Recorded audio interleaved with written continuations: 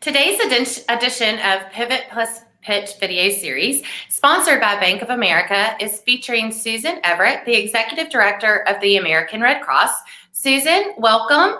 The American Red Cross is obviously especially dear to my heart as past chairman and serving on the board, so it's a pleasure to get to share your success with the rest of our audience today.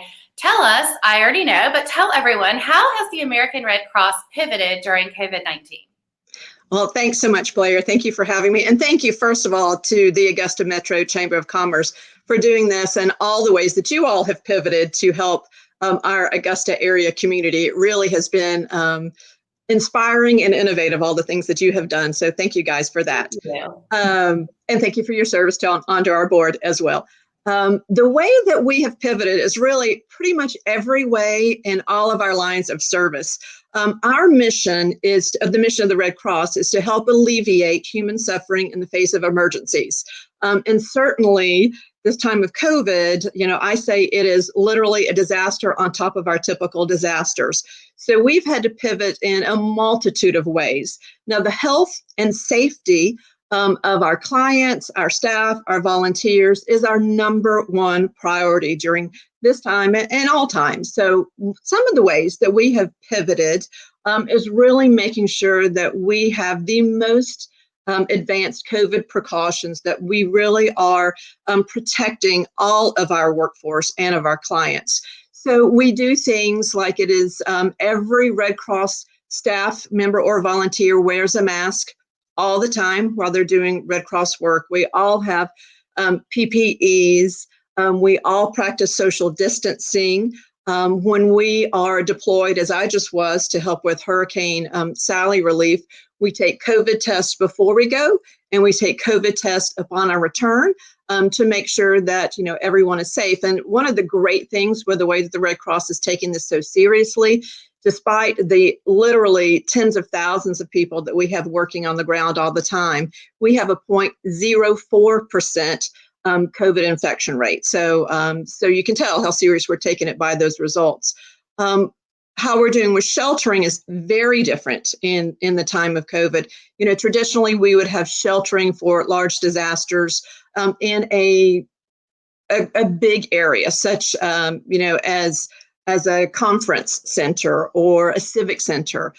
So now, we realize that is not optimum in the time of COVID. So we are going out and we are literally renting hotels so that we're able to put families together individually in hotel rooms. Clearly, that takes a lot more logistics. Obviously, it is a significant financial investment for us to do that, but it's what we feel is the right thing to do and the way that we can best keep people safe. In addition to the sheltering, we've changed the way that we deliver meals to people that are sheltered as well. So it used to be that we would have a canteen, a big cafeteria, everybody would come in, sort of a buffet style and eat together. Well, now all of the meals are prepackaged individually, delivered to the hotels, and then people just pick up their individual package of food, go back to their hotel room and eat it. Obviously, that takes a lot more time and effort, and again, is a significant financial increase for us for that. But again, it's what we need to do to keep people safe. So we're happy to do that. Other ways that we've pivoted more internally is all of our training is now online. So our training for our volunteers and our training for our staff, we're able to do that online, as well as all of our meetings are happening online.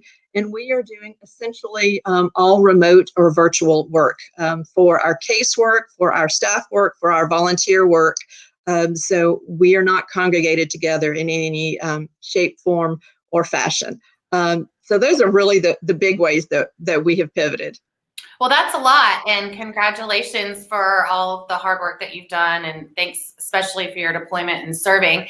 The 0.04%, is that what you said? That's a story in and of itself. So yeah.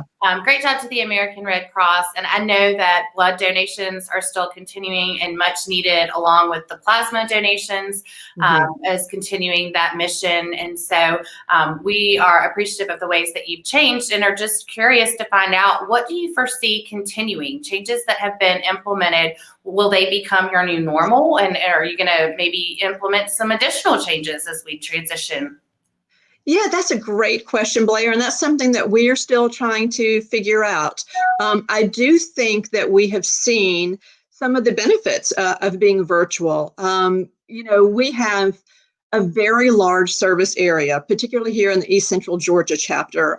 Our chapter, which is the name, our internal name that we call our service area, covers 23 counties. So while we are based in Augusta, we essentially cover almost up to Athens, almost over to Atlanta, and almost down to Statesboro. So that's quite a big geographical territory.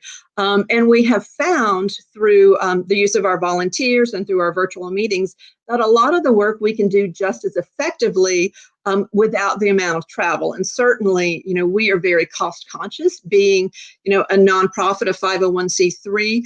All of our funding comes from individual and corporations. We're not a federal agency. Some people think that we are, but we're not. So we really take seriously how we spend donor dollars.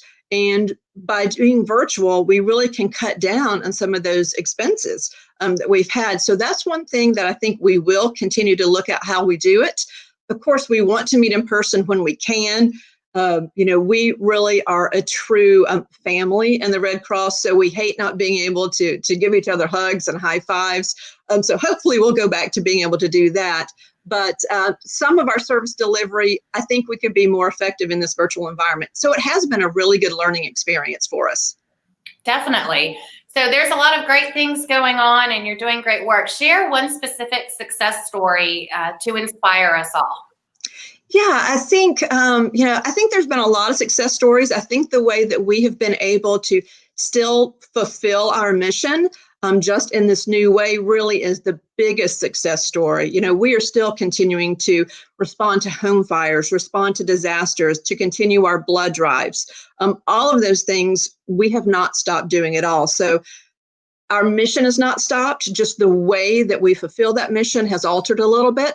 But one of the success stories I think that really exemplifies how we have pivoted is during the initial stages of COVID, when there were a lot of places that were locked down.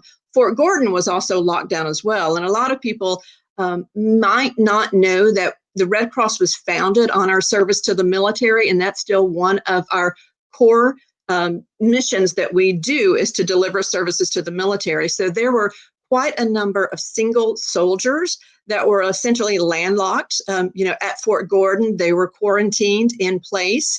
And we were able to get some of our volunteers who were nurses or mental health professionals to do consistent weekly check-ins on all of the soldiers to make sure not only were they physically healthy, but they were mentally healthy.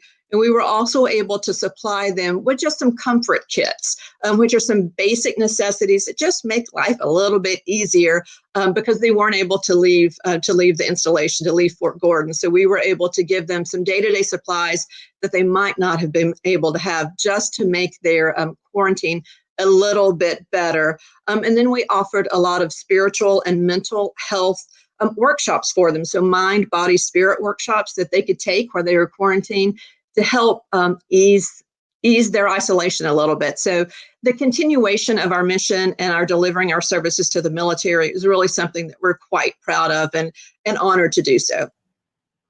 Well, thanks again for all that you're doing. And it sounds like now more than ever, donations are so important as you continue to fulfill the mission of the American Red Cross. We really appreciate your time and joining us today, and we look forward to catching up again soon. Thanks so much, Blair. I appreciate you guys.